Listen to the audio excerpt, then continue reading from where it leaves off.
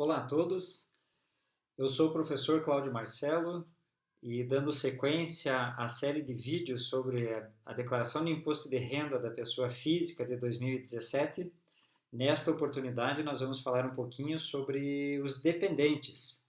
Sempre causa um pouquinho de dúvida em relação aos contribuintes, quem são as pessoas que são consideradas como dependentes, quais são as regras estabelecidas pela Receita Federal no que diz respeito à classificação destas pessoas, né? Então, com este vídeo, eu vou procurar esclarecer um pouquinho sobre essas dúvidas mais comuns que surgem no momento de fazer a declaração de imposto de renda. Então, para o ano de 2017, calendário 2016, há um valor máximo pelo qual os dependentes podem ser abatidos da base de cálculo do imposto de renda da pessoa física. Este valor é de R$ 2.275,08 por dependente. Então, aqueles contribuintes que se enquadrarem na condição de poder colocar algumas pessoas como dependentes é sempre conveniente, principalmente para quem terá imposto de renda a pagar, pois neste caso será deduzido este valor da base de cálculo do tributo. Pelas regras atuais da Receita Federal, e essas regras já vêm se mantendo há alguns anos, né? Existem basicamente algumas condições que caracterizam o fato da pessoa ser dependente ou não de outra, né? E eu vou discorrer um pouquinho sobre cada um desses casos. A situação mais comum é aquela em que haja a convivência por mais de 5 anos, a convivência de um companheiro, de uma companheira ou de um cônjuge. Se for comprovado que essa convivência ultrapassa esses 5 anos, estas pessoas já serão consideradas como companheiros, né? Como dependentes, né? Para fins do imposto de renda. Esse prazo de 5 anos ele pode ser reduzido na medida que estas pessoas tenham filhos. Então, havendo a comprovação destes filhos, o prazo pode ser inferior a 5 anos, que mesmo assim serão considerados como dependentes para fins do imposto de renda. Essa é uma das condições. Para aquelas pessoas que possuem filhos ou enteados, né? Filho ou filha, enteado ou enteada, e essas pessoas possuindo até 21 anos na data, em 31 de dezembro, né? Na data de encerramento do ano, são também considerados como dependentes. Se esses mesmos filhos ou enteados eles estiverem matriculados em instituição de ensino superior ou em escola técnica de segundo grau, essa idade ela avança um pouquinho mais. E para fins das regras do imposto de renda, continuarão podendo ser considerados como dependentes até 24 anos, desde que matriculados, né, em instituições de ensino superior ou ensino técnico como segundo grau. Nesta mesma regra, né, de considerar como dependentes até 21 anos, também enquadrariam-se os irmãos, netos ou bisnetos, desde que essas pessoas não tenham arrimo dos pais. Ou seja, elas, de alguma forma, para a subsistência dessas pessoas, né, o contribuinte estaria sustentando os irmãos, netos ou bisnetos, né? E nessa condição, então, desde que o contribuinte ele tenha a guarda judicial, também poderá considerar estas pessoas como dependentes para fins da declaração do imposto de renda.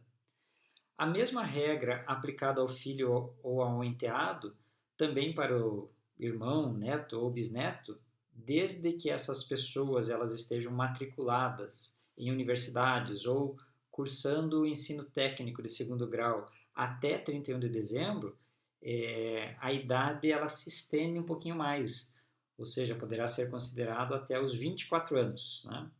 Nessas condições, então, poderia colocar cada uma dessas pessoas também como dependente na declaração de imposto de renda. O que não pode é arriscar, né? Porque tem que ter a guarda judicial efetivamente. No caso da declaração cair numa malha fina, eventualmente, poderá ser exigido esse documento para comprovar este grau de dependência.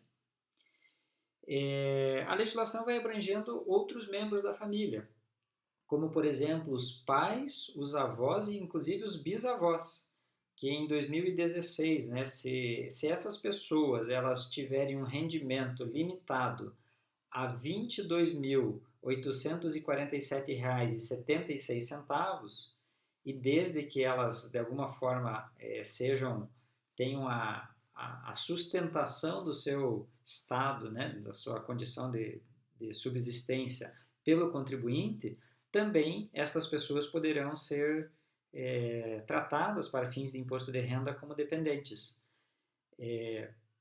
Outras condições, né? Aquele que é considerado como menor pobre até 21 anos, né? E desde que o contribuinte eduque e que ele possua guarda judicial, mesmo que não conviva junto com o contribuinte, mas esse contribuinte possuindo então a guarda judicial e de alguma forma educando e colaborando para que essa pessoa seja de fato assistida, este menor pobre poderá ser considerado até 21 anos como um dependente também. E sem tratar naqueles casos das pessoas que são impossibilitadas para o trabalho, seja do ponto de vista físico ou mental. Essas pessoas elas são consideradas como dependente independente da idade, né? Desde que, claro, comprovado por laudos médicos, poderá ser considerado como dependente. Também os absolutamente incapazes, desde que o contribuinte tenha a guarda judicial dessas pessoas, independente do grau de parentesco, né? Mas poderá ser considerado como dependentes para fins do imposto de renda. Surgem também algumas dúvidas interessantes quando a gente fala de dependência, em relação a qual que seria a data limite, se é que existe, né? Ou um mês limite no ano para que as pessoas sejam descaracterizadas como dependentes, né? Então, o que acontece? Todas as vezes que nós incluirmos um dependente na declaração do imposto de renda, também todos os rendimentos desta pessoa, assim como os bens que este dependente tem, devem fazer parte da declaração do imposto de renda. Como se eventualmente esse dependente tiver heranças, isso deverá fazer parte da declaração do imposto de renda do contribuinte, né? No ano, por exemplo, se existem duas pessoas que elas, ao longo do ano, elas se separam e têm um filho, né? E uma das pessoas, por uma decisão judicial, ela começa a pagar a pensão alimentícia para outra, né? A grande dúvida é, para quem está pagando a pensão alimentícia, poderá deduzir o valor do dependente e também os valores pagos a títulos de pensão alimentícia? Essa é uma grande dúvida que fica muitas vezes. Todos os anos a gente recebe alguma consulta de um contribuinte em relação a isso.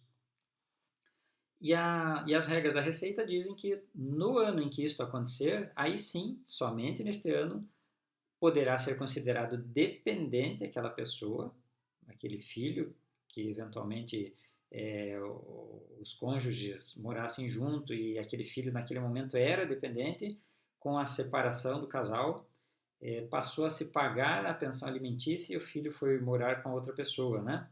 Mas no ano em que houve essa separação, poderá ser considerado como dependente e também deduzidos os valores a título de pensão alimentícia. Eventualmente também para aqueles dependentes que estão no exterior, né? Naturalmente não é o fato da pessoa não estar no país de origem que descaracteriza a independência, né? Então pode ser que tenha um filho que ele saiu do Brasil e mesmo assim, de alguma forma, os cônjuges ou o contribuinte ele está auxiliando na manutenção dessa pessoa fora do nosso país. Desde que respeitadas as regras anteriores em relação à idade, em relação a rendimentos, essa pessoa, mesmo fora do país, será considerada como independente. No ano em que, eventualmente, numa situação trágica, né, um dos dependentes venha a falecer, naquele ano calendário em que a pessoa faleceu, ainda assim poderá ser considerado como dependente, independente do ano em que aconteceu esse evento trágico. Para fins do imposto de renda, até o ano em que a pessoa era considerada dependente, ele vai poder fazer parte da declaração de imposto de renda. Então, não é o fato da pessoa ter falecido naquele ano que impediria o contribuinte de colocar uma das pendentes na declaração de imposto de renda. E, por fim, quando o contribuinte, ou o dependente melhor, dizendo, ele estiver matriculado na universidade ou ainda na escola técnica de segundo grau e ele completar até 25 anos durante o ano, por exemplo, de 2016, se ele completou 25 anos durante o ano, ainda assim poderá ser considerado como dependente e, felizmente ou infelizmente, será esse o último ano que poderá ser considerado como dependente. A partir dos anos subsequentes, esta pessoa ela já estará totalmente sem vínculo de dependência em relação ao contribuinte. Tá ok? Essas são as regras gerais. Espero que vocês tenham gostado do vídeo. Não deixem de se inscrever no meu canal no YouTube e se efetivamente gostaram, deem aqui um like no YouTube, no meu canal lá no YouTube, para que de alguma forma reforce, né, essa minha disposição de sempre atualizá-los com algumas regras gerais do imposto de renda. Tá ok? Agradeço a atenção de todos e nos vemos no próximo vídeo. Um abraço.